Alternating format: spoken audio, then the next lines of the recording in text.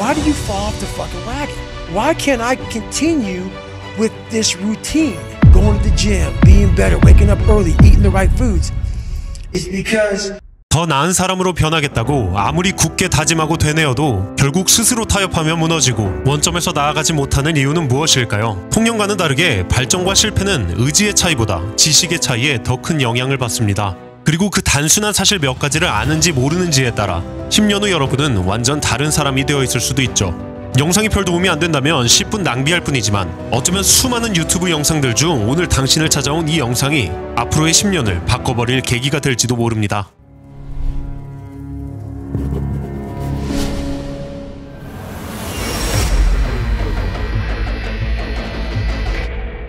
저번 영상 디스플린 편을 안 보셨거나 기억이 안 나시는 분들을 위해 오른쪽 위에 걸어두었고요. 그럼 저희는 바로 시작하겠습니다. 데이비드 고긴스가 말합니다. So a lot of people talk about discipline. Okay, great. Why do you fall off the fucking wagon? Maybe it's your kids, maybe it's your wife, maybe it's your job, and it's all just stuck in your fucking brain. You don't have it compartmentalized and organized in these nice shelves. Like you look in the garage, it's all fucking a nice organized militant garage. Hey, where are my dumbbells? Right there. A lot of people whose brain, hey, where's my dumbbells? Let me look. They're fucking throwing shit. They're looking through totes. They're all fucked up. So where am I going to put discipline in that mind if I can't find other shit? You got to be able to find all these different things in your mind. Oh, I can put discipline right there. I can put consistency right there. I can put all these things right there in that spot. If your life is not organized, and your life being everything around you, because it takes one little fucked up piece of an outside interference to clutter your whole mind. Because it's on such a knife edge. That's right. And people don't get that. Your mind has to always be clear. That's why I meditate 2 hours every single night. So when I wake up, I'm ready to go. 고긴스는 디스플린을 위한 첫 번째 요소로 맑은 정신을 꼽았습니다. 하지만 방법이 명상 2시간이라니 김이 팍 새신 분들이 많을 것 같아요. 애초에 우리가 고긴스처럼 프로 연설가나 인플루언서도 아니고 운동하고 출근하고 자기개발도 하는 우리네 삶에 2시간 동안 집에서 폭포수 맞을 시간이 어디에 있겠어요. 걱정하지 마세요. 핵심은 명상이 아니라 바로 디스플린을 유지할 수 있도록 항상 머리를 구획하여 잘 정리하는 것에 있습니다. You don't have it compartmentalized. Compartmentalization is the key. 그리고 무엇보다 구획화가 가능하도록 머리를 맑게 유지하는 것에 있죠. Your mind has to always be clear. 전 NBA 농구 선수 코비도 이와 비슷한 이야기를 합니다. You have the most amazing ability to rise up quickly and bounce back from any emotional or psychological adversity. You just bounce back right away, and simultaneously you stay in the moment all the time. How?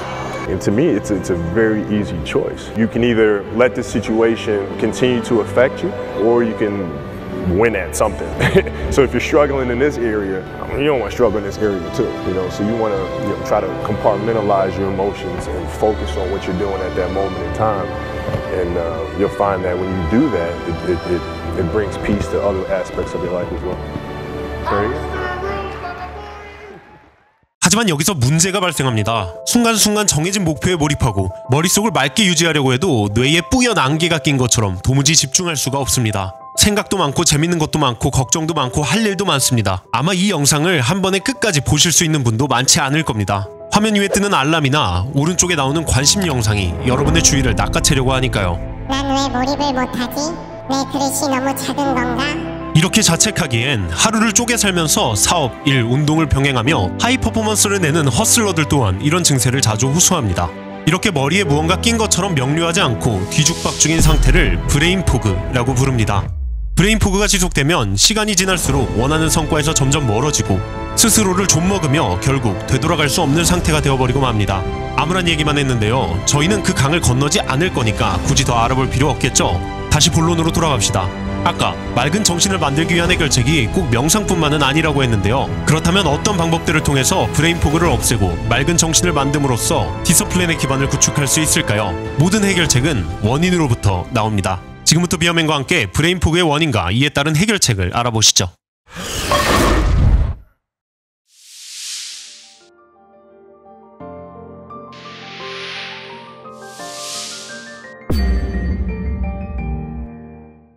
투자자이자 작가인 팀 페리스는 우리는 관심이 곧 화폐인 디지털 세상에서 살고 있다고 하였죠. 공짜 플랫폼과 컨텐츠를 사용하는 대가로 우리는 관심과 시간, 정신으로 그 비용을 지불하고 있습니다. 전 세계 모든 최정상 마케터, 디자이너, 크리에이터, 프로듀서들은 결국 딱 하나의 과제만을 갖고 있습니다. 바로 어떻게 이 새끼의 혼을 빼서 최대한 많은 시간과 관심을 낭비하게 할까? 그러니까 사실상 당신과 모든 미디어 전문가의 대결인 거죠. 그리고 높은 확률로 구독자님은 이미 중독 상태일 겁니다. If you don't think you're addicted, then see if you could turn it off for a week. It got quiet in here, didn't it? Didn't it get real quiet? 중독 상태를 통제하고 나의 관심과 시간의 주도권을 되찾고 싶다면 우선 중독을 인지해야 합니다. 그리고 자극적인 미디어 환경과 거리를 둔 채 뇌를 진정시키는 습관이 필요하죠. 당연히 일상 속엔 미디어가 필요한 순간들은 많지만 차단하고 싶을 때 멈추고 뇌를 진정시킬 수 있는 능력을 기르는 것은 매우 중요합니다. 그렇다면 주도권을 되찾기 위해선 명상만이 답일까요? 당연히 그렇지 않습니다. 여러분이 디폴트 모드 네트워크를 활성화시킬 수만 있다면 방법은 상관없습니다. 그건 또 뭐냐고요? 생각보다 재밌는 얘기니 잠깐만 집중해주세요. 뇌의 여러 영역들은 활동에 따라 활성화됩니다. 음악을 들을 때, 말을 이해할 때, 움직임을 인식할 때 모두 뇌의 특정 영역과 신경망의 활성화가 일어납니다. 이는 비유적인 표현이 아니라 실제 혈류량 증가를 통한 산소 공급이 늘어난다는 뜻입니다. 작업 영역이 활성화되면 순간적으로 해당 영역의 산소량이 부족해졌다가 혈류가 이동하며 사용하는 산소량도 늘어나게 되죠. 당연히 여러 작업과 자극에 노출되면 과부하를 일으킬 수밖에 없습니다. 그렇다면 아무것도 안 하면 어떻게 될까요?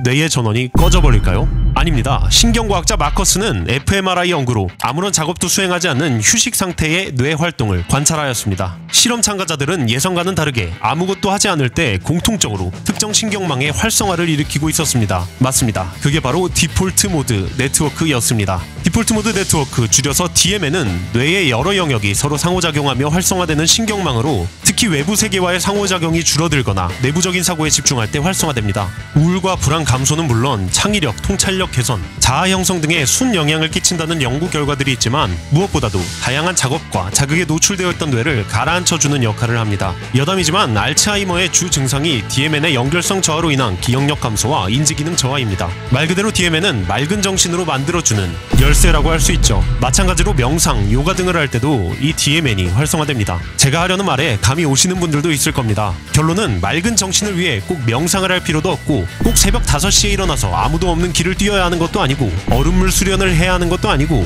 현실적으로 힘들고 나와 맞지도 않는 방법들을 기웃거리다가 포기하거나 좌절할 필요가 없다는 겁니다. 본인의 생활 패턴 안에서 오롯이 본인의 생각에 집중하는 시간이면 충분합니다. 그것만 기억하면 그 방법은 뭐라고 이름 붙이든 그건 구독자님이 정하시면 됩니다. 물론 퇴근하고 소파에서 짜파게티 흡입하면서 넷플릭스 보거나 쇼츠 넘기면서 잡생각하면서 오롯이 내 생각 집중하는 중 하면 안 되겠죠. 다음의 조건은 꼭 지켜져야 합니다. 미디어와 주변인을 포함한 모든 외부와의 교류와 자극을 없애세요. 생각만 해야 합니다. 타인의 시선, 존재감, 의견 등 타인을 의식하지 않을 수 있는 환경을 만드세요. 아주 간단하죠? 혹시 구체적인 방법이 잘 떠오르지 않는 분들을 위해 DMN 활성화를 위한 비어맨의 방법들 중 몇 가지를 공유해볼까 합니다. 저는 필요한 시간이나 에너지에 따라 분류한 3가지 방법을 주로 사용합니다. 본인과 맞는 방법인 것 같으면 한번 시도해봐도 좋을 것 같습니다. 첫 번째는 바로 패들보드입니다.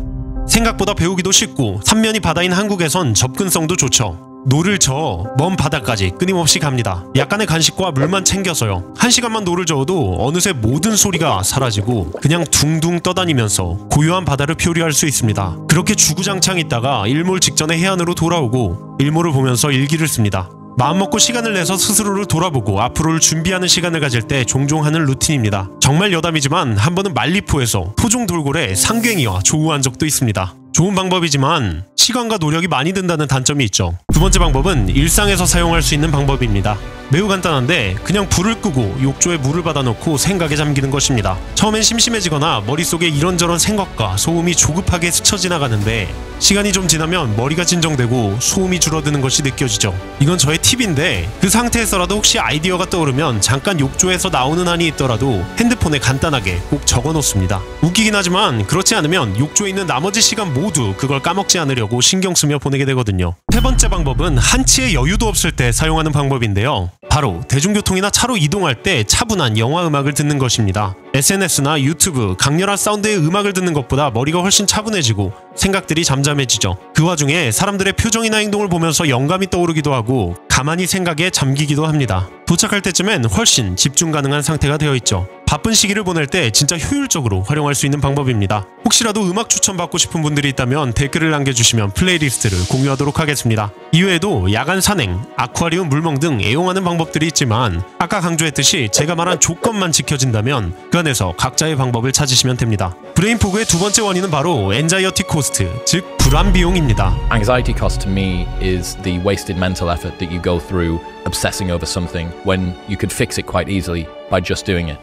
간단히 말하면 할 수 있는 것들을 미룸으로써 정신적인 에너지가 계속 불필요하게 소모되는 것을 말하죠. 집중을 하기 위해선 애초에 뇌가 집중할 수 있는 환경을 마련해주는 게 중요합니다. 아들한테 공부하라고 거실에서 노래 부르는 부모님은 없잖아요. 꼭 의식적으로 생각을 떠올리고 있지 않아도 뇌는 수면 아래서 이미 많은 것을 처리하고 있습니다. 핸드폰으로 치면 여러 어플들을 켜놓은 상태와도 같죠. 겉보기엔 카톡만 하고 있지만 배터리도 빨리 닳고 폰도 더 버벅거립니다. 그렇다면 불안 비용 어떻게 해결할 수 있을까요? 첫 번째 방법은 뇌의 부담을 바로 떠넘겨버릴 수 있는 외장하드를 마련하는 것입니다. 아까 비염에는 욕조에서도 무언가 떠오르면 일단 적어둔다고 했죠. 이렇게 항상 지닐 수 있는 단일 플랫폼을 만들어서 뇌가 기억해야 하는 모든 것을 기록하십시오. 중요한 게 아니어도 됩니다. 머릿속에 떠다니게만 두지 마세요. 당신이 무언가 하고 있다면 떠오르는 것이 무엇이든 간에 적고 잊고 마저 집중하세요.